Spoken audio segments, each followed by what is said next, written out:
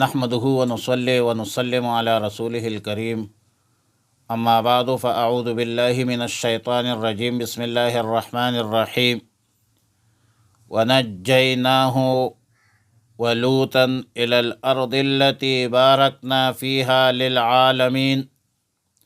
پارہ نمبر 15 سورۃ الانبیاء، رکوع نمبر 5، آیت نمبر 71 تا 75۔